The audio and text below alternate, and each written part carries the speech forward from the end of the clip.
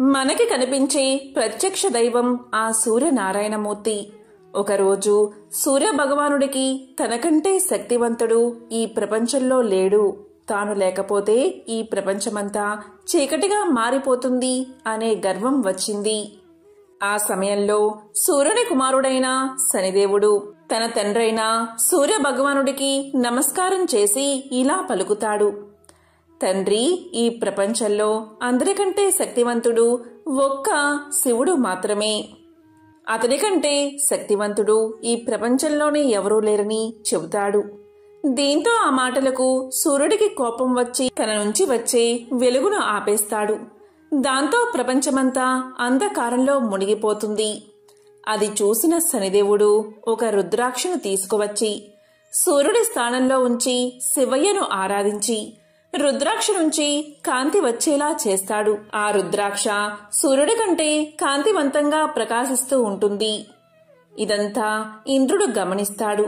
సూర్యుడు తన విధులను అతిక్రమించాడని సూర్యుడిని చేరుకుని ఇంద్రుడు ఇలా పలుకుతాడు: ఓ సూర్య, నీవు నీ పని సక్రమంగా చేయలేదు కాబట్టి నీవు ఈ పనికి పనికిరావు అని ఇంద్రలోకం నుంచి వెళ్లిపొమ్మంటాడు. ఇక సూర్యుడు దీనంతటికీ కారణం శివుడే అనే కోపంతో భూలోకానికి వస్తాడు. సూర్యుడు భూలోకంలో అడవిలో మాలి మరియు సుమాలి అనే ఇద్దరు మిత్రులను చూస్తాడు. వారిద్దరూ శివ భక్తులు. వీరు రావణుడికి తాతలు అవుతారు. వీరు శివుడి యొక్క తపస్సు చేసుకుంటూ ఉంటారు. వీరికి ఒక వరముంది. అదేంటి అంటే, ఎవరైతే వీళ్లను చంపాలి అని భావిస్తారో అలాంటి వారిని స్వయంగా శివుడే సంహరిస్తాడు అని. ఇక శివుడి మీద కోపంతో సూర్యుడు వీరిని చంపబోగా ఆ మహాశివుడు ప్రత్యక్షమై తన త్రిశూలంతో సూర్యుణ్ణి హతమారుస్తాడు. దాంతో సూర్యుడు నల్లగా మారిపోతూ ఉంటాడు. సూర్యుడి యొక్క తండ్రి బ్రహ్మ మానసపుత్రుల్లో ఒకడైన కశ్యప మహర్షి. దీంతో కశ్యప మహర్షి శివుడి దరికి చేరి, శివ, నీవు నా కుమారుణ్ణి ఎలా అయితే చంపావో అలాగే నీ కుమారుణ్ణి కూడా నీ చేతులతోనే చంపుతావు అని శాపం ఇస్తాడు. అప్పుడు శివుడు ఇలా పలుకుతాడు: ఓ మహర్షి, శాంతించండి.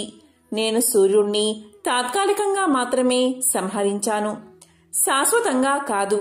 సూర్యుడిలో ఉన్న గర్వాన్ని మాత్రమే నేను అణిచేశాను, అంతేకాని సూర్యుణ్ణి కాదు అని చెప్పి సూర్యుడికి పునర్జన్మను ప్రసాదిస్తాడు శివుడు. ఆ తరువాత సూర్యుడు తన తప్పులను తెలుసుకుని శివుణ్ణి క్షమించమని వేడుకుంటాడు. తన ప్రకాశాన్ని సృష్టికి అందిస్తూ ఉంటాడు సూర్యుడు. ఈ విధంగా సూర్యుడి గర్వాన్ని అణచి సృష్టి కార్యం చేసేలా ఆ మహాశివుడు చేశాడు. అలాగే సూర్య భగవానుడి మహిమను తెలిపే ఒక అద్భుతమైన కథను ఇప్పుడు తెలుసుకుందాం. పూర్వకాలంలో ఒక ముసలావిడ ఉండేది. ఈమె సూర్య భగవానుడి భక్తురాలు. ఈమె ప్రతి ఆదివారం పొద్దున్నే లేచి స్నానం చేసి గోవు పేడ తెచ్చి వాకిలి అలికి పూజ చేసి సూర్యుడికి ప్రసాదం పెట్టి ఆమె ఒక్కపూట మాత్రమే అన్నం తినేది. ప్రతి ఆదివారము ఇలాగే చేసేది. సూర్యదేవుడి కృపతో ఆమె ఇంట్లో ఏ సమస్య లేకుండా సుఖ సంతోషాలతో ధనధాన్యాలతో సుఖంగా ఉండేది. కాని ఈమె పక్కింటి ఆవిడకు ఈమెను చూస్తే చాలా ఈర్ష్య కలిగేది.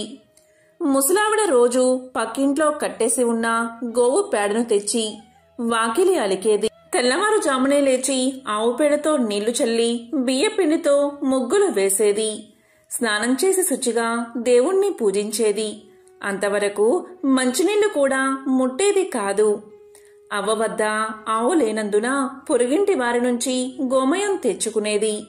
అవ్వ ఏ రోగాలు లేకుండా ఆరోగ్యంగాను సంతోషంగానూ ఉండడం చూసి పొరుగామి ఈర్ష్యపడేది. నా ఆవు పేడ వల్లనే కదా ఈ అవ్వ ఇల్లు అలుకుతున్నది, సుఖంగా ఉంది. నేను పేడ ఇవ్వకపోతే అవ్వకు సుఖ సంతోషాలు ఉండవు అనుకుని పేడ ఇవ్వలేదు. ఇల్లు అలకని కారణంగా అవ్వ ఆ రోజు తిండి తినలేదు. కాకతాళీయంగా ఆ రోజు ఆదివారం నీరసంగా దినమంతా పస్తు ఉండి నిద్రపోలేకపోయింది. రాత్రంతా ఒకటే ఆలోచన, రేపు పేడ దొరక్కపోతే ఉపవాసం ఉండాలి అనుకుంది. కరుణామయుడైన ఆ సూర్య భగవానుడు ఈ చిన్నపాటి కోరిక తీర్చడా అనుకుంది. కోడి కూతతో పక్క మీద నుంచి లేచి వీధి గుమ్మం వద్దకు వచ్చింది అవ్వ. ఆమె ఆనందానికి హద్దులు లేవు. గుమ్మం ముందు ధవలవర్ణంతో మెరిసిపోతున్న ఆవు కనిపించింది. అవ్వను చూడగానే పేడ వేసింది. అప్పుడే భాస్కరుడి కిరణాలు నేలమీద పడుతున్నాయి. అప్పుడు అవ్వ గోవుకి దండం పెట్టి గోమయంతో ఇల్లంతా అలికి సంతోషంగా నిత్య కర్మలు పూర్తి చేసింది. ఆవు అక్కడ్నుంచి కదల్లేదు. తను వండుకున్నదే ఆవుకు ముందు పెట్టి తరువాత తాను తింది అవ్వ. రాత్రైనా ఆవు కదల్లేదు. దేవుడే తనకిచ్చాడని అనుకుని ఇంట్లో కట్టింది అవ్వ. రోజు ఆవుకు మేత పెడుతుంది. పొరుగుంటామే ఈ ఆవు అవ్వకు ఎవరిచ్చారు, బహుశా దొంగలించిందేమో అనే కక్షతో గ్రామాధికారికి ఫిర్యాదు చేసింది.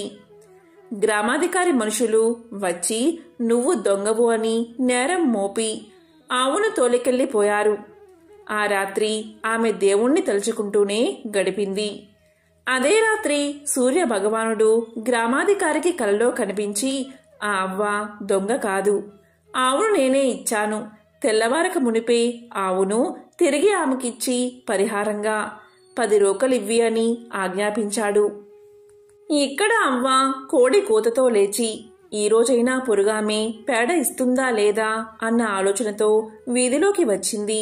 ఆ సమయంలోనే గ్రామాధికారి మనిషి అవ్వను సమీపించి, అవ్వా, ఈ ఆవు నీదే. నష్టపరిహారంగా మా యజమాని గారు 10 రోకలిచ్చారు, తీసుకో అన్నాడు. దీంతో అవ్వ ఎంతో సంతోషించింది. ప్రతినిత్యము సూర్యభగవాను ఆరాధించేది. దీంతో ఆ ఊళ్ళో గ్రామస్తులంతా ఆదివారం వ్రతం చేయడం మొదలుపెట్టారు. ఎంతో పవిత్రమైన విశేషమైన ఈ కథను విన్నా, చదివినా, చెప్పినా, వినిపించినా జన్మల పాపాలు తొలగి 1,000,000 జన్మల పుణ్యం వస్తుంది. మహాభారతం అనగానే చాలామందికి కౌరవులకు పాండవులకు మధ్య జరిగిన ఘర్షణ కురుక్షేత్రంలో వినిపించిన భగవద్గీత గుర్తుకు వస్తాయి. కానీ మహాభారతంలోని ప్రతి పర్యంలోనూ అద్భుతమైన నీతిని అందించే కథలు ఎన్నో ఉన్నాయి. ముఖ్యంగా కురుక్షేత్ర సంగ్రామం ముగిసిన తరువాత శాంతి పర్వం అనే అధ్యాయంలో రాజనీతి, గృహస్థు ధర్మం, వ్యక్తిత్వం వంటి అనేక అంశాల మీద కథలు మనకు కనిపిస్తాయి. అంపశయ్య మీద ఉన్న భీష్ముడు ధర్మరాజుకు చేసిన ఈ ఉపదేశాలు ప్రతి ఒక్కరికి ఉపయుక్తంగా ఉంటాయి. వాటిలో ఒక ముఖ్యమైన కథే ఈ వేటగాడు పావురాళ్ల కథ. పూర్వకాలంలో ఒక బోయవాడు అడవిలోని పక్షుల మీద ఆధారపడి జీవనం సాగించేవాడు. నిత్యము ఆ బోయవాడు అడవికి వెళ్తూ అక్కడ పక్షుల కోసం వల వేసేవాడు. తన వల్లో చిక్కిన పక్షులు కొన్నిటితో తన కడుపు నింపుకుని మిగతా వాటిని అమ్ముకుని నిబ్బరంగా రోజులు గడిపేసేవాడు. అలాంటి ఒక రోజున వేటగాడు ఎప్పటిలాగే వల పన్నాడు. ఆ వలలో కావాల్సినన్ని పక్షులు చిక్కుకున్నాయి. ఇక వాటిని తీసుకుని ఇంటికి బయలుదేరదామనేలోగా తీవ్రమైన గాలివాన మొదలైనది. ఒక పక్క వర్షం, దానికి తోడు గజగజ వణికించేస్తున్న చలి. ఆ చలిలో తడిసి ముద్దైపోతూ వేటగాడు ఒక పెద్ద చెట్టు కింద నిలబడి ఉన్నాడు. వేటగాడు నిలబడిన చెట్టు మీద ఒక పావురాల జంట నివసిస్తుంది. ఆ రోజు ఉదయం వేటకని బయలుదేరిన ఆడపావురం ఇంకా గూటికి చేరుకోనేలేదు. ఇంకా తిరిగి రాని తన భార్య గురించి గూటిలోని మగపావురం తపించపోసాగింది. ఇంత చీకట్లో, ఇంతింతగా ముంచుకొస్తున్న వర్షంలో, రక్తం గడ్డగట్టుకుపోయే చలిలో తన భార్య ఏ కష్టం పడుతుందో అని మగపావురం తల్లడిల్లిపోతుంది. తన భార్య లేని జీవితం వృధా కదా అని వేదన పడుతుంది. ఇంతకీ ఈ ఆడపావురం ఎక్కడో లేదు. చెట్టు కింద నిలబడి ఉన్న వేటగాడి వలలో మిగతా పక్షులతో పాటు అది కూడా చిక్కుకుని ఉంది. వేటగాడి వల్లో ఉన్న ఆడపావురం భర్త వేదన్ని విన్నది. వెంటనే ఇలా పలికింది, నేను ఇక్కడే ఉన్నాను, నువ్వు నా కోసం పడుతున్న తపన చూసి నాకు చాలా సంతోషంగా ఉంది. కాని ఏం చేస్తాం, విధిరాతను తప్పించలేం కదా. కాని ఇదిగో ఈ చెట్టు కింద ఉన్న వేటగాడు ప్రస్తుతం మన అతిథి. అతనికి ఏ లోటు రాకుండా చూసుకోవడం మన బాధ్యత అని మగపావురంతో పలికింది. భార్య మాటలు విన్న పావురం కిందకి చూసింది. అక్కడ నిజంగానే ఒక వేటగాడు గజగజ వణికిపోతూ కనిపించాడు. అప్పుడు మగపావురం ఇలా పలికింది. వేటగాడి దగ్గరికి వెళ్లి ఇలా చెప్పింది.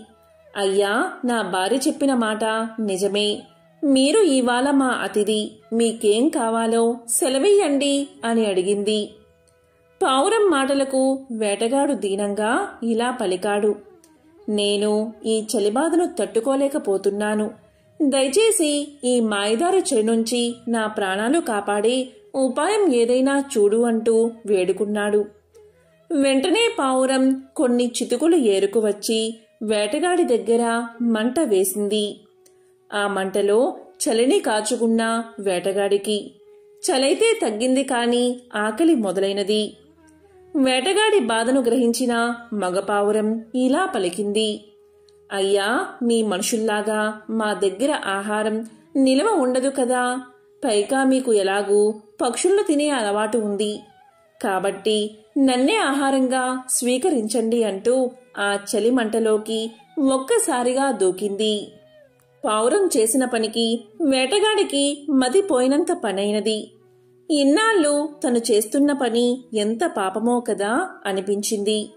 వెంటనే తన వల్లో ఉన్న పక్షులన్నిటినీ వదిలేశాడు. అందులోంచి బయటపడిన ఆడపావురం మాత్రం తన స్వేచ్ఛకు సంతోషించలేదు సరికదా. తన భర్త లేని జీవితం ఎందుకంటూ అది కూడా మంటల్లో పడి మరణించింది. ఆ పావురపు జంట చూపిన ఔదార్యానికి వేటగాడు చలించిపోయాడు. విరాగిగా మారిపోయాడు. ఇది కదా. ఇప్పుడు కాలం మారింది. కలిధర్మం ప్రవేశించింది. ఎదుటివాడి ఆకలిని తీర్చేందుకు ప్రాణాలను అర్పించడం సాధ్యం కాకపోవచ్చు. కాని ఇంటి ముంగిట నిలిచిన అతిథి బాగోగులను గమనించుకుని తీరాలన్న శాశ్వత నీతిని మాత్రం కాదనలేం. శత్రువైనా సరే బాధలో మన ముందుకి వచ్చిన వాడికి మనకు తోచిన సాయం చెయ్యాలన్న ధర్మాన్ని కొట్టి పారేయలేం. లోకంలోకెల్లా గొప్ప భక్తుడు ఎవరు అన్న ప్రసక్తి వచ్చినప్పుడు నారదుని పేరు గుర్తురాక మానదు. అయితే భగవంతుడికి చేరువ చెయ్యవలసిన భక్తే ఆయనలోని అహంకారాన్ని పెంచి పోషించింది. నలుగురి ముందర తలదించుకునేలా చేసింది. అది ఎలాగో ఇప్పుడు తెలుసుకుందాం. నారదుడు భగవన్నామస్మరణలో మునిగిపోతే ఆయన్ని కామదేవుడు కూడా కదిలించలేడు. కాముడు శివుడంతటి వాడి ధ్యానాన్ని కూడా చెడగొట్టాడు కాని నీ ధ్యానాన్ని మాత్రం భంగపరచలేకపోయాడు అంటూ ఎవరో ఒకసారి నారదుణ్ణి తెగ పొగిడేశాడు. ఆ మాటలకు నారదుడు ఉబ్బి తబ్బిబ్బైపోయాడు. అవును కదా, తాను శివుడి కన్నా గొప్పవాడిని కదా అనుకున్నాడు నారదుడు. ఆనాటి నుంచి నారదుడిలో అహంకారం ఇంతింతగా పెరిగిపోయింది. రోజు రోజుకి నారదుడిలో వస్తున్న మార్పును పసిగట్టాడు నారాయణుడు. తన భక్తుడికి ఎలాగైనా బుద్ధి చెప్పి దారికి తీసుకురావాలని నిర్ణయించుకున్నాడు. అందుకు అనుగుణంగా తన సతీ లక్ష్మీదేవిని భూమి మీద అవతరించమన్నాడు నారాయణుడు. అయోధ్య రాజ్యాన్ని పాలిస్తున్న అంబరీషుడు అనే రాజుకి కుమార్తెగా లక్ష్మీదేవి అవతరించింది. ఆమెకు శ్రీమతి అన్న పేరు పెట్టి అల్లారు ముద్దుగా పెంచసాగారు రాజదంపతులు. ఒకసారి నారదుడు లోక సంచారం చేస్తూ ఆ అంబరీషుని అంతఃపురానికి చేరుకున్నాడు. అక్కడ అందాల రాశిగా ఉన్న లక్ష్మీదేవిని చూసిన నారదుడి మనసు చలించిపోయింది. ఎలా అయినా ఆమెను తన భార్యగా చేసుకోవాలన్న మోహం మొదలైనది. తన మనసులో ఉన్న మాటను అంబరీషుడి వద్ద ప్రస్తావించాడు నారదుడు. నారదుని కోరికను విన్న అంబరీషుడికి ఏం చెయ్యాలో పాలుపోలేదు. తన కుమార్తె మనసుని తెలుసుకోకుండా అవునంటే తప్పు, పోనీ అంతటి ఋషిమాటను కాదంటే ఏం జరుగుతుందో అన్న భయం. అందుకని మధ్య మార్గంగా ఒక ఉపాయాన్ని ఆలోచించాడు అంబరీషుడు. అంబరీషుడు నారదునితో ఇలా పలికాడు. స్వామి, నేను ఒక స్వయంవరాన్ని ఏర్పాటు చేస్తాను. అందులో కనుక నా కుమార్తె మిమ్మల్ని వరిస్తే ఆమెను మీకిచ్చి వివాహం చేయడానికి నాకేమీ అభ్యంతరం లేదు అన్నాడు. అంతవరకు బాగానే ఉంది, కాని స్వయంవరంలో రాజకుమారి తననే వివాహం చేసుకుంటుంది అన్న నమ్మకం ఏమిటి అన్న అనుమానం కలిగింది నారదునికి. అందుకోసం ఏదైనా ఉపాయాన్ని సూచించమంటూ సాక్షాత్తు ఆ శివుడి చెంతకు వెళ్లాడు నారదుడు. నారదుని అనుమానాన్ని విన్న శివుడు చిరునవ్వుతో ఇలా పలికాడు. నారాయణ్ణి మించిన అందగాడు ఎవరుంటారు? నువ్వు కనుక విష్ణుమూర్తంత అందంగా కనిపిస్తే ఆ అమ్మాయి తప్పకుండా నిన్నే వరించి తీరుతుంది అన్నాడు శివుడు. శివుడి ఉపాయాన్ని విన్న నారదునికి అది సబబుగానే తోచింది. అందుకని నిదానంగా వైకుంఠానికి చేరుకున్నాడు. వైకుంఠానికి వెళ్లి ఇలా పలికాడు. స్వామి, భూలోకంలో శ్రీమతి అనే రాజకుమారికి స్వయంవరం జరుగుతుంది. ఆ స్వయంవరంలో పాల్గొని ఎలాగైనా ఆమెను దక్కించుకోవాలని నేను అనుకుంటున్నాను. మరి ఆ స్వయంవరంలో నెగ్గాలి అంటే నీ అంతా అందం ఉండాలని పరమేశ్వరుడు చెప్పాడు. కాబట్టి ఆ రోజున ఆ రాజకుమారి నన్ను చూసినప్పుడు అచ్చు మీలాగే కనిపించేలా అనుగ్రహించండి స్వామి అని వేడుకున్నాడు నారదుడు. దాంతో స్వామివారు చిరునవ్వు నవ్వి ఊరుకున్నారు. నారదుడు ఆ చిరునవ్వుని అనుగ్రహంగా భావించి బయలుదేరి వెళ్లిపోయాడు. తీరా స్వయంవరం రోజు రాణి వచ్చింది. వరుణ్ణి వరించేందుకు పూలదండ చేపట్టి వచ్చిన రాజకుమారికి అక్కడ నారదుడు కనిపించలేదు. సరికదా అందరి మధ్య కోతిమొహంతో ఉన్న ఓ సన్యాసి కనిపించాడు. అతన్ని చూడగానే రాజకుమారి నిలువెల్లా భయంతో వణికిపోయింది. ఆ సన్యాసి పక్కనే ఒక మోహనాంగుడు కనిపించడంతోనే అసంకల్పితంగా ఆయన మెడలో దండ వేసేసింది శ్రీమతి. శ్రీమతి ఎప్పుడైతే అలా దండ వేసిందో వారిద్దరూ మాయమైపోయారు. ఇదంతా చూస్తున్న నారదునికి ఏం జరుగుతుందో అర్థం కాలేదు. తన కళ్ళ ముందే అసలైన విష్ణుమూర్తి రావడం, రాజకుమారి ఆయన్ని వరించి మాయమైపోవడం చూసి నారదుడికి మతిపోయింది. ఇంతలో ఎదురుగుండా ఉన్న కొలనులో తన ప్రతిబింబాన్ని చూసుకుని నారదునికి జరిగింది అర్థమైనది. విష్ణుమూర్తి తన మొహాన్ని కోతిమొహంగా మార్చేశాడని, అటుపై రాజకుమారుని కాస్త తానే ఎగరేసుకుపోయాడని అర్థమైంది నారదుడికి.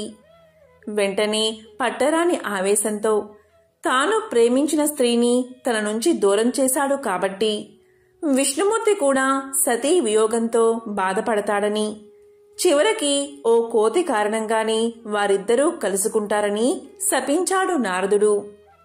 జరిగిన దానికి నారాయణుడి పట్ల నారదునిలో ఆవేశం కలిగిన మాట వాస్తవమే, కాని సమయం గడిచే కొద్దీ ఆ సంఘటన వెనుక ఉన్న ఆంతర్యం బోధపడింది నారదుడికి. కామానికి సైతం లొంగను అనుకుని గర్వించిన తనకి బుద్ధి చెప్పేందుకే నారాయణుడు ఈ నాటకం ఆడాడని తెలిసి వచ్చింది. మరోవైపు రామాయణంలో రాముడు సీత నుంచి దూరం కావడం, వారిద్దరినీ కలిపేందుకు హనుమంతుడు తోడ్పడ్డం మనకు తెలిసిందే. అలా రామాయణంలోని కీలక ఘట్టానికి నారదుని శాపం ఒక భూమికగా నిలిచింది. ఒక ఊరిలో ఒక పండితుడు ఉండేవాడు. అతను చాలా గ్రంథాలు చదివాడు. మిగతా వాళ్ళని చూసి జాలిపడేవాడు. తనకంటే ఇన్ని విషయాలు తెలుసు కనుక ధర్మాచరణ వగేరా విషయాలన్నీ తెలుసుకుని, పాపం ఏ శాస్త్రాలు చదవని వాళ్ళకి ఏం తెలుస్తుంది అని అనుకునేవాడు. అదే ఊర్లో రంగడు అనే పేద రైతు, అతని పిల్లలు మరియు తల్లిదండ్రులతో కలిసి జీవించేవాడు.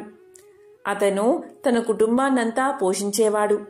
అతనికి ఉన్న కొద్దిపాటి పొలంలో వ్యవసాయం చేసుకుంటూ తీరిక సమయాల్లో ఇతరుల పొలంలో పనిచేసి డబ్బు సంపాదిస్తూ ఉండేవాడు. ఇంకా ఊర్లో ఎవరికి పని కావాల్సి వచ్చినా కూడా కూలీకి ఎక్కువగా ఒప్పుకుని పని చేసి ఇచ్చేవాడు.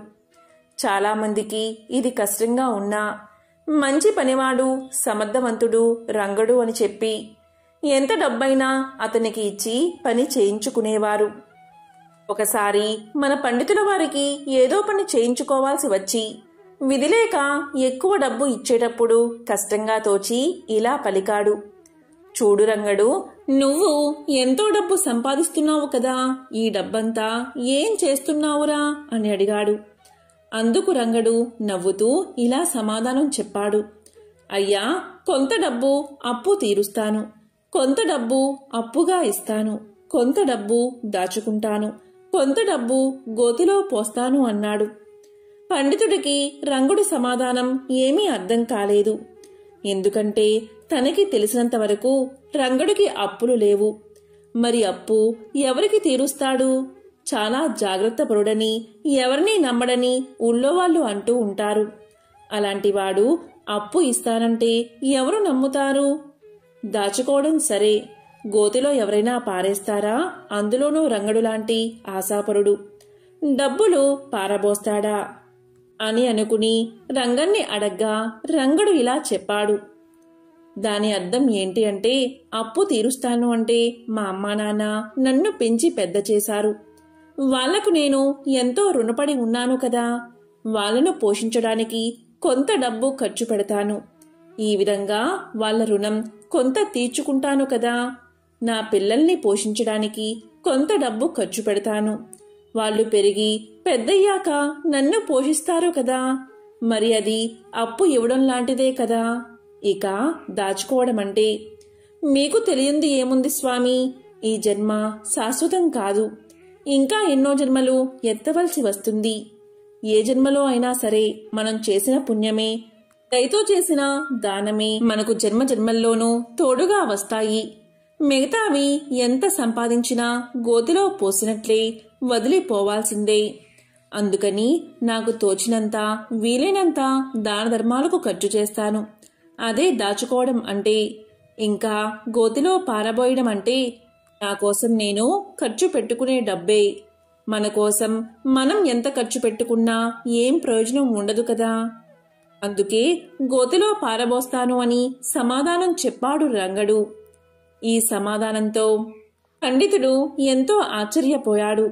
ఇన్నాళ్ళు తాను చదువుకుని మిగతా వారికి ఏమీ తెలియదు అనే ఆలోచనతో ఉండి ఎంతో తప్పు చేశారని, భగవంతుడు ప్రతి ఒక్కరికి విచక్షణ వివేకం ఇస్తాడని, అది ఉపయోగించుకోవడానికి శాస్త్ర విజ్ఞానం అక్కర్లేదని, ప్రతి మనిషి ఆ విచక్షణ జ్ఞానంతో కొంత చూసి కొంత విని తెలుసుకుని ఆసక్తి ఉన్నవాళ్లు ఆచరణలో పెడుతూనే ఉంటారని తెలుసుకుని ఎంతో ఆశ్చర్యపోయాడు పండితుడు. కశ్య ప్రజాపతి అదితి దంపతుల ముద్దుల కుమారుడే సూర్యుడు. ఆ సమయానికే రాక్షసుల ఆగడాలు హెచ్చు పెరిగాయి. అసురుల ఆట కట్టించగల అపార శక్తిమంతుణ్ణి బిడ్డగా ప్రసాదించమని అదితి సౌరశక్తిని ప్రార్థించింది. విశ్వమంతా విస్తరించిన తేజస్సునే సంక్షిప్తకరించి ఆ తల్లి కడుపున నిక్షిప్తం చేసిందా దివ్యకాంతి. పుట్టబోయే కొడుకు కోసం వ్రతాలు ఉపవాసాలు చేస్తున్న అదితిని చూసి కశ్యపుడు ఎగతాళి చేశాడు. బిడ్డని ఆకలితో చంపేస్తావా అని అరిచాడు. ఆ మాటకు తల్లి మనసు గాయపడింది. నిరసనగా తన గర్భాండాన్ని చంజించింది. ఆమె కడుపులో నుంచి నేలమీద పడగానే 1,00,000 అగ్నిగోళాల్లా బగబగా మండిందా అండం. ఆ వేడికి సృష్టి అతలాకుతలమయ్యింది. అదితి కశ్యపుల ప్రార్థన తర్వాత ఆ అండం పగిలి అందులోంచి అందమైన పసివాడు బయటకొచ్చాడు. ఆ బాలుడే బాణుడు. ఆ రోజే 7 గుర్రాల రథాన్ని అధిరోహించి వెలుగుల దేవుడిగా బాధ్యతలు స్వీకరించాడు అని మత్స్య పురాణం తెలియచేస్తుంది. తల్లి కోరిక మేరకు దేవతల శత్రువులైన రాక్షసుల్ని ఓడించినందువల్ల ఆదిత్యుడు అని పిలువబడ్డాడు. సూర్యుడు ఎరుపు వర్ణం కలవాడు. ఆయన రథమునందు ఒకే చక్రం ఉంటుంది. దీనిని సంవత్సరము అంటారు. ఈ రథం 12 మాసాలు, 6 ఋతువులు, 4 మాసాల చొప్పున 3 నాభులు ఉంటాయి. ఇదే కాలచక్రం అని కూడా అంటారు. కాబట్టి సూర్య భగవానుడు 12 మాసాలలో 12 పేర్లతో ఆరాధించబడతాడు. విశ్వకర్మ తన నైపుణ్యాన్నంతా గుదిగుచ్చి అగ్నిగోళం లాంటి సూర్యబింబాన్ని అరగదీసి కరగదీసి తాప తీవ్రతను తగ్గించాడు. ఆ అరుగుదల్లో పుట్టిన రేణువుల నుంచి విష్ణువుకు చక్రాన్ని, శివుడికి శూలాన్ని తయారు చేసిచ్చాడని పురాణ కథనం. ఖగోళ శాస్త్రం ప్రకారం సూర్యుడి వయస్సు 460 కోట్ల సంవత్సరాలు. దాదాపుగా సృష్టి వయసు కూడా అదే. సూర్య భగవానుడి రూపాలను 12గా, వారిని 12 ఆదిత్యులుగా ఆయా మాసాలలో ఆ రూపాల్లో పూజిస్తూ ఉంటారు. వాటిలో భాగంగానే కశ్యప ప్రజాపతి కుమారుడు సూర్యుడని, వారిలో ఇక్ష్వాకుడు రాజైన కారణంగా ఇక్ష్వాకు వంశంలో రాజులందరినీ సూర్యవంశరాజులు అంటారని చెబుతూ ఉంటారు. సూర్యుడు వేసే ప్రతి అడుగు వేగానికి, కాలగమనానికి కొలబద్ద. మనం లెక్కించే సెకన్లు, నిమిషాలు, గంటలు, రోజులు, వారాలు, నెలలు, సంవత్సరాలకు ఆధారం సూర్యుడే. కాలమే వేద స్వరూపం అంటుంది వేదం. కాలం కంటికి కనబడదు, దైవమో అంతే.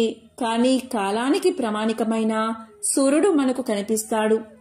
అందుకే ఆయన్ని ప్రత్యక్ష దైవంలా కొలచి ఆది నారాయణుడిగా ఆరాధిస్తాం. భౌతిక వైజ్ఞానిక దృష్టితో పరిశీలిస్తే సృష్టి స్థితి లయకారకుడు సూర్యుడు మాత్రమే. ఆయన వల్లే సమస్త ప్రకృతి చైతన్యమవుతుంది. సూర్యుడికి ఎంతో ప్రీతికరమైనది ఆదివార వ్రతం. సూర్యుడు అనంతమైన కిరణాలు కలవాడు, జగత్తుకు వెలుగు ప్రసాదించేవాడు, జ్యోతి స్వరూపుడు, దినరాత్రాలు ఏర్పరిచినవాడు, ఆయురారోగ్యాలు ప్రసాదించేవాడు, శుభాలను కలిగించేవాడు, ముల్లోకాలకు చూడామణి, దినాలకు మణి వంటివాడు. అతని పేరు మీద ఏర్పడిన రోజే ఆదివారం. ప్రతి ఆదివారం ఏమీ చేయకపోయినా సరే ఆదిత్య హృదయాన్ని పఠించండి. ఆదిత్య హృదయం పరమ పవిత్రం. ఒక స్తోత్రరాజం వంటి మహామంత్రం. పాపాలను శాపాలను పోగొట్టి కష్టాలను తీర్చి ఆయుష్ను పెంచి అక్షర సాధనమే ఆదిత్య హృదయం. ఈ అమోఘమైన స్తోత్రరాజాన్ని శ్రీరామచంద్రుడికి అగస్త్య మహర్షి మంత్రాల వంటి మాటల్లో వివరించాడు.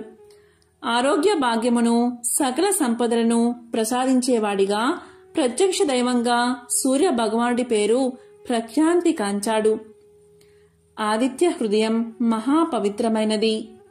దీనిని భక్తి శ్రద్ధలతో ఎల్లవెల్లలా పారాయణం చేస్తే ఇహలోకాన అన్ని రకాల సంపదలు, పరమున పుణ్యలోకాన్ని పొందుతారు. నిత్యం పారాయణం చేయలేకపోతే ఆదివారం పఠించినా చాలు. ఇలా చేస్తే న్యాయ వివాదాల్లో చిక్కుకుని కోర్టుల చుట్టూ తిరుగుతూ సతమతమయ్యేవారు దీన్ని పారాయణ చేస్తే దాని నుండి విముక్తి పొందుతారు. దరిద్రంతో బాధపడుతున్న వారు అనునిత్యం పారాయణం చేస్తే సకల అష్టైశ్వర్య సంపదలను పొందుతారు. అనారోగ్య రుగ్మలతో బాధపడుతున్నవారు ఆదిత్య హృదయాన్ని పఠిస్తే రోగాలు మాయమవుతాయి. నిరుద్యోగులు పారాయణ చేస్తే మంచి ఉద్యోగం లభిస్తుంది. విద్యార్థులు పారాయణం చేస్తే పరీక్షల్లో మంచి మార్కులతో ఉత్తీర్ణులవుతారు. ఆదిత్య హృదయం రామ రావణ సంగ్రామంలో వెలువడింది. రామరావణ యుద్ధం జరుగుతుంది. గొప్ప తపశక్తితో పరమశివుడి అనుగ్రహం పొందిన రావణుడు ధైర్యంగా శ్రీరాముణ్ణి ఎదుర్కొంటున్నాడు. రావణుణ్ణి ఎలా సంహరించడమా అని శ్రీరాముడు తీవ్రంగా ఆలోచిస్తున్నాడు. అమోఘమైన తపశ్శక్తి కలిగిన రావణాసురుణ్ణి వధించడానికి శ్రీరామునికి సఖ్యం కాలేదు. రావణుడు చావు లేకుండానట్లు అనేక వరాలు పొందడం వల్ల శ్రీరామునికి రావణాసుర వధ వీలు కాలేదు. శ్రీరాముడు ఎన్ని అస్త్రశస్త్రాలు ప్రయోగించినా రావణుడు చావలేదు. దీనితో శ్రీరాముడు ఎంతో బాధపడ్డాడు. ఈ యుద్ధాన్ని అంతరిక్షం నుంచి దేవతలు, గంధర్వులు, మహర్షులు మొదలైన వారంతా తిలకిస్తున్నారు. వారిలో అగస్త్య మహర్షి కూడా ఉన్నాడు. రావణుడి యుద్ధ తీవ్రత చూసి దిగులుతో ఉన్న శ్రీరాముడి సమీపానికి అగస్త్యుడు వచ్చి అతడి దైవత్వాన్ని గుర్తుచేసి ఆదిత్య హృదయ మంత్రాన్ని బోధించాడు. రామ రావణ యుద్ధాన్ని చూడడానికై దేవతలతో కలిసి అగస్త్య మహాముని శ్రీరాముణ్ణి చేరుకుని ఇలా పలికాడు. ఓ రామా, నీకు మహాపవిత్రమైన రహస్యాన్ని చెప్తాను. శ్రద్ధగా విను. దీనివల్ల నీవు యుద్ధంలో రావణుణ్ణి సులభంగా జయిస్తావు. మహాపుణ్యప్రదం, జయప్రదం, మంగళకరం, శుభకరం, సమస్త పాపాలను నశింపచేసేది, దీర్ఘ ఆయుష్ను కలగజేసేది అయిన ఆదిత్య హృదయాన్ని నీకు ఉపదేశిస్తాను. దీనిని నీవు భక్తి శ్రద్ధలతో పఠిస్తే యుద్ధంలో సులభంగా విజయాన్ని సాధిస్తావు అని చెప్పి మంత్రాన్ని ఉపదేశించాడు. బ్రహ్మ మొదలైన సమస్త దేవతలు అనగా బ్రహ్మ, విష్ణువు, శివుడు, కుమారస్వామి, 9 ప్రజాపతులు, దేవేంద్రుడు, కుబేరుడు, మృత్యువు, యముడు, చంద్రుడు, సముద్రుడు అను వీరందరూ ఇతనే. పితృదేవతలు, అష్టవసువులు, సాధ్యులు, అశ్విని దేవతలు, మరుత్తులు, మనువు, వాయువు, అగ్ని మొదలగు వారిలో సూర్యుడే అంతర్యామి అయి ఉన్నాడు. బంగారు రూపం గల, అందం, గర్భమందు కలవాడు, బంగారంతో సమానమైన అంతఃకరణ కలవాడును, చల్లని వాడవును, శత్రు సంతానములను పోగొట్టు వాడును, లోకమునకు వెలుతురు కలగజేయవాడువును, అదితి యొక్క కుమారుడవును, మంచును పోగొట్టు వాడవును అయినా నీకు భక్తితో నమస్కరించి స్తోత్రాన్ని చేస్తున్నాను. ఋగ్వేదం, యజుర్వేదం, సామవేదం, అథర్వణ వేదం అనే 4 వేదాల యొక్క సారం అయిన వాడవు. సమస్త వేదాలు నీవే అయిన వాడవు. సముద్ర జలముపై శయనించు వాడవు. దక్షిణాయనమున వింధ్య పర్వతమున సంచరించు వాడవు. అయినా నిన్ను భక్తి శ్రద్ధలతో సేవించుచున్నాను అని శ్రీరాముడు పలికాడు. సమస్త నక్షత్రాలకి, గ్రహాలకి అధిపతివైన వాడవును, లోకానికి ఆధారభూతుడవును, స్వర్గం, చంద్రుడు, సూర్యుడు, నక్షత్రాలతో ఉండు ఆకాశం, దిక్కులు, భూమి, సముద్రం అన్నీ నీ వీర్యముచే నిలిచి ఉన్నాయి. ఇంద్రుడు, దాత, భృగుడు, పూషుడు, మిత్రుడు, వరుణుడు, ఆర్యముడు, అర్చిస్సు, వివస్వంతుడు, త్వష్ట, సవిత, విష్ణువు అనే పేరుగల 12 ఆదిత్యులలో అంతర్యామి అయిన నీకు భక్తితో నమస్కారం చేస్తున్నాను. ఈ విధంగా శ్రీరాముడు ఆదిత్య హృదయాన్ని 3 సార్లు పఠించగా ఆ పరమాత్ముడు ఆనందించిన వాడై దేవతలతో కలిసి వచ్చి ఆదిత్యుడు పులకాంకిత శరీరుడై శ్రీరాముణ్ణి చూసి ఇలా పలికాడు. ఓ రామా, రావణుడకు అంత్యకాలం సంప్రాప్తించింది. ఆలస్యం చేయకుండా త్వరపడు అని ఆశీర్వదించాడు. త్వర అనే మాట ఆదిత్యుని నోట వెలువడిన వెంటనే రావణ సంహారం జరిగి లోక కళ్యాణం జరిగింది. బయటి శత్రువునే కాక అంతఃశత్రువులను కూడా అవలీలగా జయించేందుకు ఆదిత్య హృదయం అమోఘమైన అక్షర సాధనమని ఉపదేశించాడు. తాను వెలుగుతూ ప్రపంచానికి వెలుగును ప్రసాదించే భాస్కరుణ్ణి నమ్ముకుంటే ఏమీ లోటు ఉండదు అన్నాడు. సూర్యుడికి గల విశేషనామాలు ఆదిత్య హృదయంలో ప్రస్తావించబడ్డాయి. గంగానది విష్ణు పాదాల నుంచి పుట్టింది. యమున సూర్యుడికి, సంధ్యాదేవికి జన్మించింది. అటువంటి నదుల సంగమ స్థానం చాలా పవిత్రమైనది. గంగానదిని స్మరించినంత మాత్రం చేతనే సర్వ బాధలు తొలగిపోతాయి, సమస్త పాపాలు నశిస్తాయి. గంగానదీ తీరంలో ప్రయాగ అనే పవిత్ర తీర్థముంది. బ్రహ్మదేవుడు ఇక్కడ యజ్ఞం చేశాడు. ఇక్కడ అన్ని తీర్థాల్లోనూ స్నానం చెయ్యవచ్చు.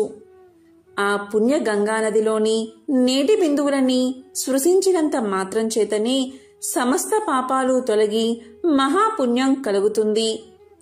ఈ విధంగా నారద మహర్షి గంగ గురించి తెలియచేస్తూ గంగా నది స్నానం వల్ల సకల పాపాలు తొలగిపోతాయని చెప్తూ ఇంకా ఇలా తెలియచేశాడు.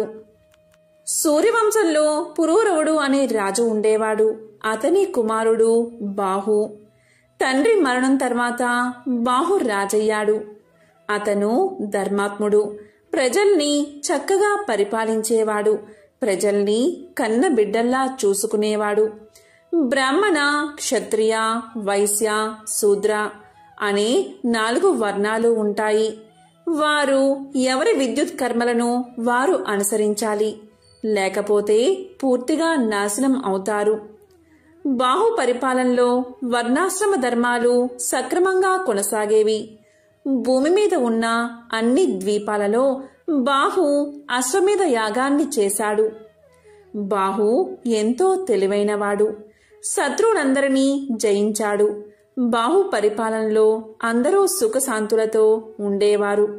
వర్షాలు సక్రమంగా పడి పంటలు బాగా పండేవి. ఇలా ఆ రాజు 90,000 సంవత్సరాలు రాజ్యాన్ని పరిపాలించాడు. ఇలా ఉండడం వల్ల బాహుకు అహంకారం పెరిగిపోయింది. అతను ఇలా అనుకున్నాడు, నేను ఈ ప్రపంచాన్ని పాలిస్తున్నాను. నేను ఎన్నో యజ్ఞాలు చేశాను. నేను ఎంతో శక్తివంతుణ్ణి. నన్ను కాక ప్రజలందరూ ఎందుకు దేవుణ్ణి పూజిస్తున్నారు? నేను అన్ని శాస్త్రాలు చదివిన పండితుణ్ణి కదా, నాకంటే ఎవరు గొప్పవారు అనుకున్నాడు. ఇటువంటి అహంకారం నుండి మిగిలిన ఇతర దుష్ట భావాలు వచ్చాయి.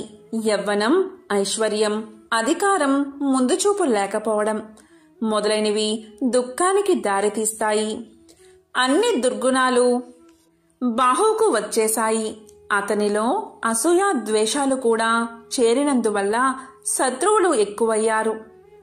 అధర్మవర్ధనుడు అయినందువల్ల విష్ణువు, లక్ష్మీదేవి అతన్ని విడిచిపెట్టారు. బాహు 1 నెల యుద్ధం చేసి హైహయులు తాళజంగుల చేతిలో ఓడిపోయాడు. వారు రాజ్యాన్ని ఆక్రమించుకుని బాహును వెళ్లగొట్టారు. బాహు యొక్క భార్య యాదవి. అప్పటికి నిండు చూలాలు. బాహు యొక్క శత్రువులు అతన్ని వెళ్లగొట్టడంతో సంతృప్తి పడలేదు. బాహు కుమారుడు జన్మించాక తమ మీద పగ తీర్చుకుంటాడేమో అని భయపడ్డారు. అందువల్ల యాదవికి విషాన్ని ఇచ్చారు. అప్పటికి తాను చేసిన పాపాలకు బాహుకి పశ్చాత్తాపం కలిగింది. అతను భార్యతో కలిసి ఔరముని ఆశ్రమానికి బయలుదేరాడు. ఆ ఆశ్రమం చాలా దూరం ఉండడం వల్ల అతనికి ఆకలి, దప్పిక కలిగాయి. అక్కడ అంటే వెళ్లే దారిలో ఒక చెరువు కనిపించింది. దానిలో వారు నీరు తాగి చెట్టు కింద విశ్రాంతి తీసుకున్నారు. ఆ చెట్టు మీద చాలా పక్షులు ఉన్నాయి. దాక్కోండి అందరూ, బాహు ఇక్కడికి వచ్చాడు, అతన్ని చూడకండి అని పక్షులు అనుకుంటూ ఉన్నాయి. బాహు ఆ మాటలు విన్నాడు. ప్రజలు కూడా తన గురించి విమర్శిస్తున్నారు అని అనుకున్నాడు. రాజ్యం పోయినందుకు అతని సామంతులు కూడా బాధపడలేదు. వీటిని తలుచుకుని బాహుకి జీవించాలి అనే కోరిక నశించింది. అతను వృద్ధుడు అయ్యాడు. ఆరోగ్యం కూడా క్షీణించిపోయింది. అతను మరణించాడు. అతని భార్య సహగమనం చెయ్యాలి అనుకుంది. కాని ఔరవుడు ఆమెను వారించాడు. ఔరవ మహర్షి ఇలా పలికాడు, అమ్మా, నీవు నిండు గర్భిణివి. సహగమనం చేస్తే నీవు హత్య చేసినట్లు. నీవు అలాంటి పని మాత్రం చెయ్యవద్దు. నేను దీనిని ఏమాత్రం సహించను. నీవు ఒక శక్తివంతుడైన రాజుకి జన్మను ఇవ్వబోతున్నావు అన్నాడు. దానికి ఆమె అంగీకరించి భర్తకు అంత్యక్రియలు చేసి ఔరవముని ఆశ్రమానికి వెళ్ళింది. ఔరవుని ఆశ్రమంలో యాదవి ఒక కుమారుణ్ణి కన్నది. శత్రువులు ఆమెకు ఇచ్చిన విషం ప్రసవ సమయంలో బయటకు వచ్చేసింది. తల్లిని బిడ్డను ఆ విషం ఏమీ చెయ్యలేదు. గర అంటే విషమని అర్థం, సా అంటే కూడా అని అర్థం. కాబట్టి ఆమె కుమారుడికి సగరుడు అనే పేరు పెట్టింది. ఔరవుడు సగరుడికి అన్ని శాస్త్రాలు నేర్పించాడు. క్షత్రియ ధర్మాలను తెలియచేశాడు. అతను పెద్దవాడిన తర్వాత యుద్ధకళ నేర్పించాడు. సగరుడు న్యాయవంతుడు, ధైర్యవంతుడు అయ్యాడు. తరువాత సగరుడు తల్లిని ఇలా అడిగాడు, నా తండ్రి ఎక్కడున్నారు? అసలు నా తండ్రి ఎవరు? తండ్రి లేని జన్మ ఎందుకు? దయచేసి నా తండ్రి ఎవరో చెప్పు అని తల్లిని అడిగాడు. అంతవరకు యాదవి సగరుడికి తండ్రి గురించి చెప్పలేదు. ఇప్పుడు చెప్పలేక తప్పలేదు. నీ తండ్రిని శత్రువులు తరిమేశారు నాయనా అని చెప్పింది. ఆ విషయం విని సగరుడు శత్రువుల మీద పగ తీర్చుకోవాలి అనుకున్నాడు. తల్లి ఆశీర్వాదాన్ని, ఔరవుని దీవెల్లో తీసుకుని సగరుడు బయలుదేరాడు. వశిష్ఠుడు బాహు యొక్క గురువు కాబట్టి సగరునికి కూడా గురువే. సగరుడు వశిష్ఠుని వద్దకు పోయి అతని ఆశీర్వాదాన్ని తీసుకున్నాడు. వశిష్ఠుడు సగరునికి ఇంద్రాస్త్రాన్ని, వరుణాస్త్రాన్ని, బ్రహ్మాస్త్రాన్ని, ఆగ్నేయాస్త్రాన్ని మొదలైన దివ్య అస్త్రాలు ఇచ్చాడు. శక్తివంతమైన ధనస్సు కూడా ఇచ్చాడు. వీటి వల్ల సగరుడు అజేయుడు అయ్యాడు. సగరుడు శత్రువులపై యుద్ధం చేశాడు. కొంతమంది శత్రువులు చనిపోయారు. బతికున్నవారు వశిష్ఠుని వద్దకు రక్షణ కోసం వెళ్లారు. అప్పుడు సగరుడు వశిష్ఠుడితో ఇలా చెప్పాడు. ఋషివర్య, ఈ పాపాత్ములను చంపడం అవసరం. వారికి మీరు రక్షణ ఇవ్వకండి, శత్రువుని బతకనివ్వకూడదు అన్నాడు. దానికి వశిష్ఠుడు ఇలా పలికాడు. వద్దు, వారిని బతకనివ్వు. తెలివి తక్కువగా చంపడం మంచిది కాదు. తరువాత వారి పాపాలకు వారే శిక్షను అనుభవిస్తారు. రక్షణ కోసం వచ్చిన వారిని చంపి నువ్వు పాపాన్ని ఎందుకు మూట కట్టుకుంటావు అన్నాడు వశిష్ఠుడు. అప్పుడు సగరుడు వారిని చంపకుండా విడిచిపెట్టాడు. కాని వారిని మరో విధంగా శిక్షించాడు. అతని శత్రువుల్లో కొంతమందికి శిరోజాలు కత్తిరించాడు. కొంతమంది యవ్వనులకు శిరోజాలను పొడవుగా పెంచాలి అని శాసించాడు. కొంతమంది శత్రువులకు శిరోముండనం చేయించడమే కాకుండా వారి గడ్డాలను తీయించాడు. వారిని వేదాలు చదవకూడదు అని నిషేధించాడు. ఇలా జరిగిన తర్వాత వశిష్ఠుడు సగరునికి పట్టాభిషేకం చేశాడు. సగరుడికి 2 భార్యలు. ఒకరు కేశని, ఆమె విదర్భరాజు కుమార్తె. 2వ భార్య సుమతి. సగరుడు రాజైన విషయం విని ఔరవుడు అతన్ని ఆశీర్వదించడానికి వచ్చాడు. అప్పుడు ఔరవుడు సగరుడితో ఇలా పలికాడు. నేను నీకు 2 వరాలు ఇవ్వాలి అనుకుంటున్నాను. నీ భార్యలో ఒకరికి ఒకే ఒక కుమారుడు జన్మిస్తాడు. మరొకరికి 60,000 మంది కుమారులు కలుగుతారు. ఏ భార్యకు ఏది కావాలో కోరుకో అన్నాడు.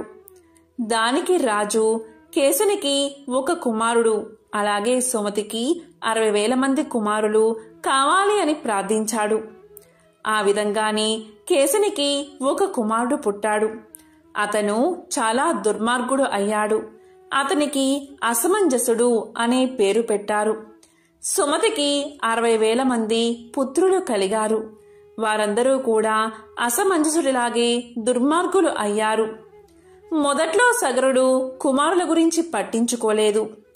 అసమంజసుడికి ఒక కొడుకు పుట్టాడు. అతని పేరు అంశుమంతుడు. అంశుమంతుడు తండ్రిలా దుర్మార్గుడు కాదు, ధర్మ బుద్ధి కలవాడు.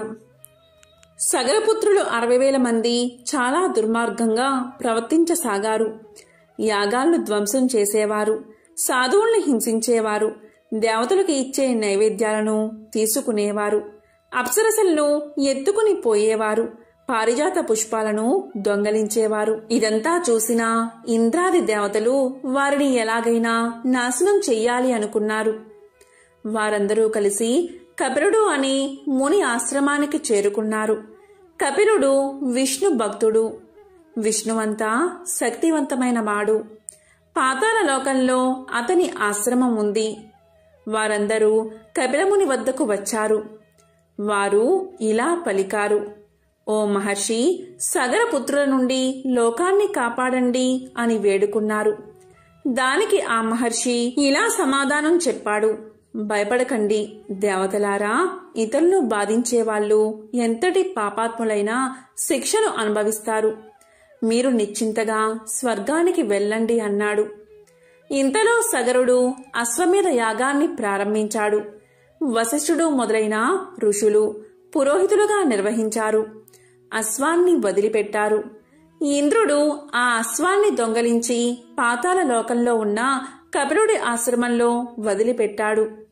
సగరపుత్రులు అశ్వం కోసం అన్ని చోట్ల వెతికారు. కాని ఎక్కడా ఆ అశ్వం కనబడలేదు. చివరకు అది పాతాళ లోకంలో ఉన్నట్లుగా తెలిసి అక్కడికి చేరుకున్నారు. అక్కడ కపిలముని ఆశ్రమం వద్ద అశ్వాన్ని చూశారు. కపిలుడు తపస్సు చేసుకుంటూ ఉన్నాడు. వారు రావడం కపిలుడు గమనించలేదు. కపిలుడే అశ్వాన్ని దొంగలించాడు అని అందరూ అనుకున్నారు. కపిలుణ్ణి మందలించాలి అనుకున్నారు. ఆ దొంగని బంధించండి, అతన్ని చంపండి, చూడండి ఎలా ధ్యానం చేసుకుంటూ కూర్చున్నాడో. దుర్మార్గుల అందరూ ఇలాగే నటిస్తారు అని పలికారు సగర కుమారులు. కపిలుణ్ణి బంధించారు. కాని కపిలుడు ధ్యాన ముద్రలోనే ఉన్నాడు. తరువాత వారు కపిలుణ్ణి తన్ని ఈడ్చుకుపోసాగారు. అప్పుడు కపిలుడు ధ్యానాన్ని వీడి వారి వైపు తీక్షణంగా చూశాడు. అంతే, అందరూ అక్కడికక్కడే క్షణకాలంలోనే భస్మం అయిపోయారు. ఆ కపిలుడి కోపానికి చుట్టుపక్కల ఉండే పాములన్నీ ఆ వేడికి తట్టుకోలేక సముద్రంలోకి పారిపోయాయి. ఈ విషయాన్ని నారద మహర్షి సగరుడికి జారవేశాడు. కాని సగరుడు కొంచెం కూడా బాధపడలేదు. దుర్మార్గులైన తన కొడుకులు చనిపోయారని సంతోషించాడు. కాని అశ్వమేధ యాగం పూర్తి కావాలి అంటే గుర్రాన్ని తీసుకురావాలి. పైగా పుత్రులేనివారు యజ్ఞాన్ని చేయకూడదు. సగరుడు అంశుమంతుణ్ణి దత్తత తీసుకున్నాడు. గుర్రాన్ని తెమ్మని పంపించాడు. అప్పుడు అంశుమంతుడు కపిలుడి ఆశ్రమానికి వెళ్ళాడు. కపిలుణ్ణి దర్శించి ఆయనతో ఇలా పలికాడు: మహర్షి, మా తండ్రి పినతండ్రులు చేసిన దుశ్చర్యలకు క్షమించండి. మునులు సహజంగానే క్షమాగుణం కలవారు కదా. గంధపు చెక్క సుగంధాన్ని ఏ విధంగా విరజిమ్ముతూ ఉంటుందో, హాని చేసినా క్షమించే గుణం మీ వంటి వారికి ఉంటుంది కదా. దయచేసి వారిని క్షమించండి అని ప్రార్థించాడు.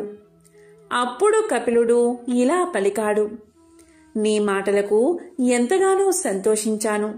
ఏదైనా వరం కోరుకో అన్నాడు. దానికి అంశుమంతుడు ఇలా పలికాడు: స్వామి, నా తండ్రి పినతండ్రులు ఏ విధంగా స్వర్గానికి వెళ్తారో సెలవివ్వండి. ఇంతకంటే నేను కోరేది ఏమీ లేదు అన్నాడు. అప్పుడు ఆ మహర్షి ఇలా పలికాడు: అంశుమంతా, నీ మనవడు స్వర్గం నుండి పవిత్రమైన గంగను భూమికి తీసుకువస్తాడు. అప్పుడు నీ తండ్రి పినతండ్రులకు స్వర్గ ప్రాప్తి కలుగుతుంది. వారి పాపాలు క్షమించబడతాయి. నువ్వు ముందుగా గుర్రాన్ని తీసుకుని వెళ్ళు అని దీవించాడు. అంశుమంతుడు జరిగిన విషయాన్ని సగరుడికి తెలియచేశాడు. అంశుమంతుడికి దిలీపుడు అనే కుమారుడు ఉన్నాడు. ఆ దిలీపుని కుమారుడే భగీరథుడు. భగీరథుడు ధర్మాత్ముడు, సత్యవంతుడు, ఎన్నో యాగాలు చేశాడు. ఒకసారి అతన్ని చూడడానికి యముడే స్వయంగా వచ్చాడు. అప్పుడు భగీరథుడు యముణ్ణి పూజించాడు. మానవ మాతృలైన నన్ను చూడడానికి మీ వంటి వారు వచ్చినందుకు నా జన్మ ధన్యమైంది. ధర్మం గురించి వివరించండి అన్నాడు. అలాగే పాపుల యొక్క గతి ఏమవుతుంది అని అడిగాడు. దానికి యముడు ఇలా సమాధానం చెప్పాడు: బ్రాహ్మణులకు దానం ఇవ్వడం వల్ల చాలా పుణ్యం వస్తుంది. లేదా వారికి ఉపాధి కల్పించినా సరే అంతే పుణ్యం వస్తుంది. తులసి మొక్కను పెంచితే అలాంటివాడు ధన్యుడు అవుతాడు. పాపాలు నశించిపోతాయి. విష్ణువుకి పాలతోనూ నేతితోనూ అభిషేకం చేస్తే స్వర్గ ప్రాప్తి కలుగుతుంది. విగ్రహాలను కొబ్బరి నీటితో కాని చెరుకు రసంతో కాని అభిషేకించాలి. శివుడి విగ్రహాలను కూడా ఇలాగే అభిషేకించాలి అని చెప్పి చివరికి యముడు భగీరథుడితో ఇలా అన్నాడు: రాజా, నీ ప్రశ్నలు అన్నిటికీ సమాధానాలు చెప్పాను. ధర్మంగా ప్రవర్తించి అభివృద్ధి చెందు, ప్రజల్ని బాగా పరిపాలించు, విష్ణు భక్తిని కలిగి ఉండు. కాని శివకేశవులకు భేదం లేదని గ్రహించు. నీ పూర్వీకులు పాపాత్ములు. వారు నరకంలో నానా బాధలు పడుతున్నారు. వారి భస్మాలపై గంగానది ప్రవహిస్తే వారికి ముక్తి కలుగుతుంది. నీకు ఇవే నా ఆశీస్సులు అని ఆశీర్వదించి అంతర్ధానమయ్యాడు యముడు. అంతా విన్న భగీరథుడు గంగను భూమి మీదకు తీసుకురావడానికి గోదావరి తీరానికి వెళ్లి తపస్సు చేయడం మొదలుపెట్టాడు. అక్కడ భృగు మహర్షి ఆశ్రమం ఉంది. అతని ఆశ్రమం చుట్టూ అనేక రకాల వృక్షాలు, పువ్వులు ఉన్నాయి. ఆ అడవిలో వన్య మృగాలు ఉన్నాయి. అనేక రకాల పక్షులు, నెమళ్ళు ఉన్నాయి. అప్పుడు భగీరథుడు ఇలా అన్నాడు, మహాత్మా, మీరు ధర్మశాస్త్రాలు తెలిసినవారు. విష్ణుమూర్తిని ప్రసన్నం ఎలా చేసుకోవాలో తెలియచేయండి అన్నాడు. దానికి భృగువు ఇలా పలికాడు, రాజా, నీవు సత్యవంతుడివి. అందుకే నీవు నీ పూర్వీకులకు విముక్తి కలిగించాలి అనుకుంటున్నావు. సజ్జన సాంగత్యం చెయ్యి, అసత్యం పలకకు, హింసను విడనాడు, విష్ణువును ప్రార్థించు, నీకు పుణ్యం లభిస్తుంది అని చెప్పాడు. అప్పుడు భగీరథుడు ఇలా అడిగాడు, అసలు మహర్షి, సత్యం అంటే ఏమిటి? అహింస అంటే ఏమిటి? విష్ణువుని ఎలా ప్రార్థించాలి? నన్ను మీ కొడుకుగా భావించి నా ప్రశ్నకు సమాధానం చెప్పండి అన్నాడు. దానికి ఆ భృగు మహర్షి ఇలా సమాధానం చెప్పాడు, మతానికి విరుద్ధం కాని వాటిని చెప్పడమే సత్యం. ఇతర జీవులకు హాని కలిగించకుండా ఉండేది అహింస.